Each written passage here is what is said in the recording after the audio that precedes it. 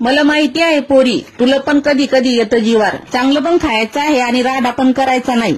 चाल बरं पोरी, बनव ही रेसिपी. पहिले तर वांगा चरत कापायचे, अख्खे मात्र ठेवायचे. कापले की लगेच पाण्यात टाकायचे. एक मोठा कांदा घ्यायचा, चर कापायचा. त्याच्यासोबत कोथिंबीर पण कापायची. कांदा कोथिंबीर एका प्लेट मध्ये काढा. सोबती त्याच्या शेंगदाण्याचा कूट, घाटी मसाला, हळद, मीठ. वरून टाका तेल. घ्या आता घालून, करा इकडून तिकडून. एक वांग घ्यायचं, त्याचं पाणी काढायचं आणि असा कूट आहे हे भरून घ्यायचा त्या वांग्यामध्ये. भरताना मात्र दाबून भरायचं, म्हणजे मसाला बाहेर येणार नाही. आता गॅसवर ठेवा कुकर, त्याच्यात टाका तेल. तेलाच्या सोबती राई लागली नाचाला.